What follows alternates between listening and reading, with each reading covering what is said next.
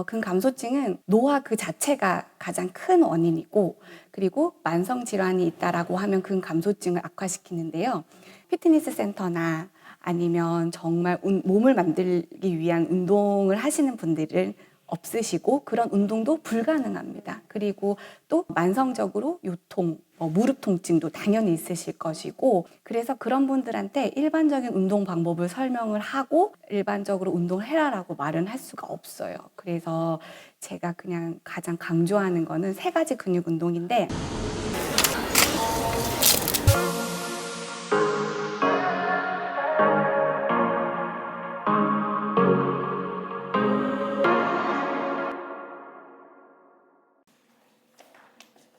아니, 아니, 감사합니다.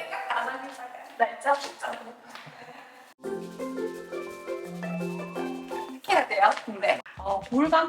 골다공증을 많이 들어봤는데 근감소증은 사실 질병으로 생각하기는 조금 어려웠던 것 같아요. 거기에 대해서 설명 좀 부탁드리겠습니다. 네. 요즘 좀 근감소증에 대해서 엄청 이슈화되고 있고 많은 분들이 관심을 가져요.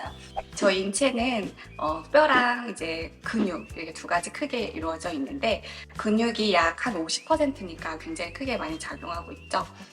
근육은 사실 20대 때 근육량이 최정점을 이루다가 한 30대부터 1%씩 감소하고, 그렇게 되면 수치상 80대가 되면 30대 근육량의 50%만이 남게 돼요. 그러다가 이제 근육량도 줄어들고 이제 실제 근력이라고 하는 근육의 기능도 같이 줄어들게 되거든요. 그래서 이렇게 근육량의 감소와 함께 근력이 떨어지는 것을 근감소증이라고 정의를 합니다.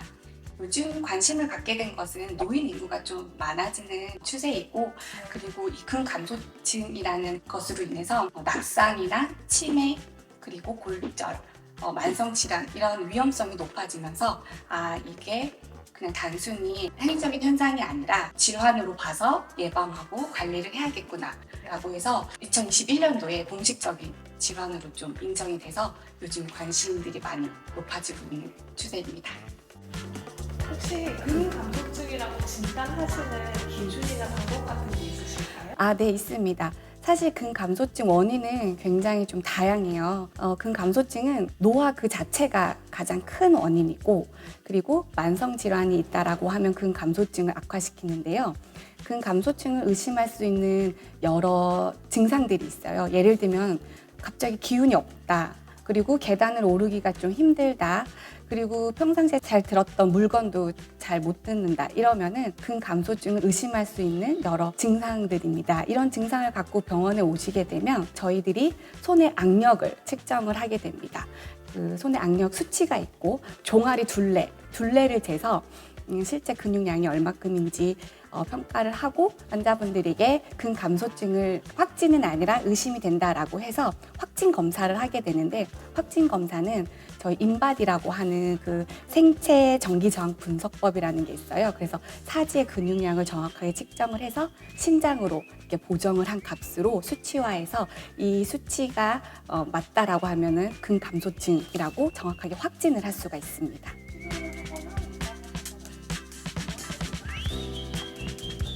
네네.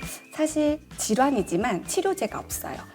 처음에 골다공증도 치료제가 없었어요. 그렇지만 이제 치료제가 다양하게 나온 것처럼 근감소증도 치료제가 나올 것이라고 먼 훗날에는 기대를 하고 있지만, 현재로서는 특별한 치료제는 없고, 지금으로선 재활하고 운동하고, 그리고 단백질 중심의 영양을 섭취를 하고 갖고 있던 만성 질환을 관리하는 것이 현재로서는 치료 방법입니다. 네. 관리 방법이 이제 운동하고 이제 영양 섭취입니다. 운동은 유산소 운동, 우리가 걷기, 사이클 이런 것들이 유산소 운동이잖아요. 조깅. 이런 운동을 일주일에 3회 정도, 30분 정도 하는 것이 좋고요. 근력 운동은 코어 운동이라고 해서 스쿼트나 아령 들기 이런 운동들이 있고, 이런 것들을 주 2회 30분 정도가 적합한데, 이 2가지 근력 운동하고 유산소 운동을 병행하는 것이 매우 중요하고, 그리고 운동 강도는 개개인에 맞춰서 하는 것이 중요합니다. 혹시 노인분들이 등산을 많이 하시는데 네네. 근감소증에 많이 도움이 될까요? 네, 등산 자체는 유산소 운동에 좀 더 가깝죠. 그래서 조금 노인분들은 요통이나 무릎 관절통이 없는 분들은 어떤 운동도 다 괜찮습니다. 그렇지만 현재 요통이 있거나 뭐 무릎에 통증이 있거나 또는 다른 부분에 관절통이 있다라고 하면 뭐 한 가지 운동을 고집하기보다는 조금 가볍게 일상생활에서 할 수 있는 운동을 하시는 게 더 좋을 것 같습니다. 섭취를 하시잖아요. 용량 음. 하거나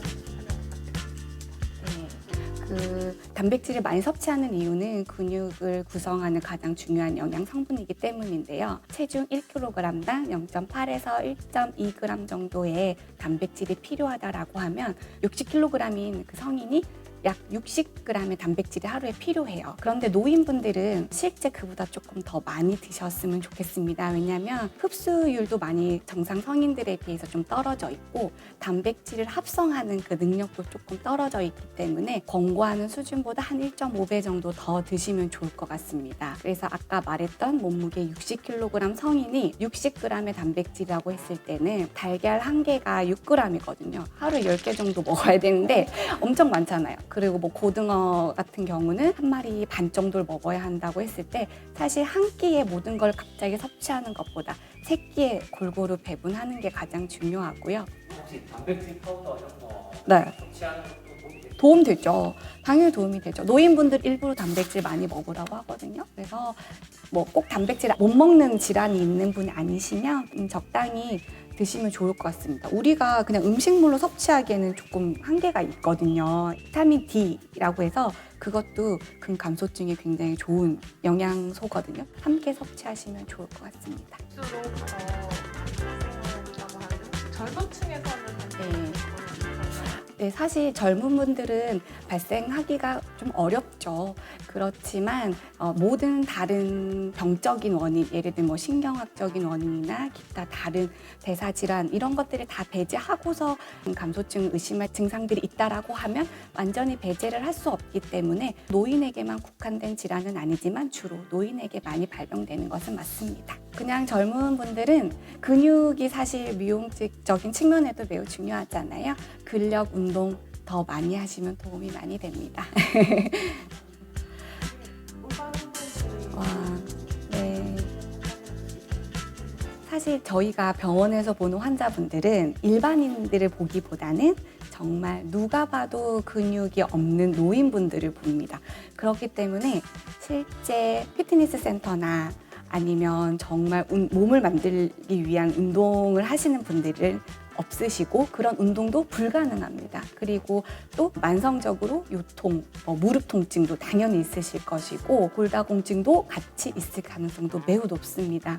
그래서 그런 분들한테 일반적인 운동 방법을 설명을 하고 일반적으로 운동해라라고 말은 할 수가 없어요. 그래서 제가 그냥 가장 강조하는 거는 3가지 근육 운동인데 척추 길이근, 그 다음에 둔근, 엉덩이 근육, 네, 3번째는 대퇴사두근, 허벅지, 앞쪽. 네네네. 이 3가지를 가장 많이 이제 운동을 편안하게 집에서도 어디 가지 않고 할 수 있는 운동, 이렇게 앉아서 하는 운동을 많이 진료실에서는 설명을 드립니다. 이 3가지 근육은 인체의 3분의 1 정도를 차지하고 매우 큰 근육이고 허리 통증, 무릎 통증에 굉장히 관련성이 높은 근육입니다. 젊은 사람들도 그 부분의 근육 그럼요. 엉덩이 근육 많이 하시지 않나요? 네네. 맞아요. 그래서 이 3가지는 항상 하시면 좋아요. 끝으로 또 근감소증은 이제 근육이 감소하면서 이제 근력이 떨어지는 아주 쉽게 생각하면 그러한 질환이고요. 노인들에 국한된 질환은 아니지만 근육은 매우 굉장히 중요합니다. 현재 근육을 적절히 유지를 하고 근육을 소실을 예방하기 위해서는 건강한 습관을 가지도록 노력하셨으면 좋겠습니다. 이상입니다.